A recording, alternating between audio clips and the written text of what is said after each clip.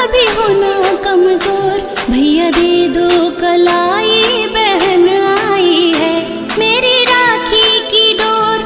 कभी होना कमजोर, भैया दे दो कलाई, बहन आई है मेरी राखी की डोर। कभी होना कमजोर, भैया दे दो कलाई, बहन आई है भैया दे दो कलाई, बहन आई है।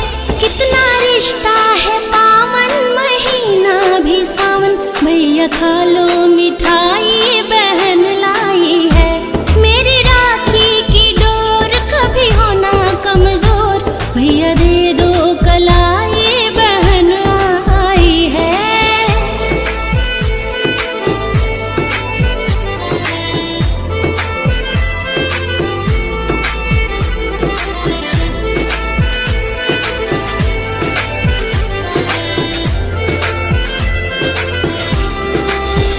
नाता भाई बहन जैसे धरती गगन, दोनों ऐसे खिले सच में एक ही चमन, दोनों ऐसे खिले सच में एक ही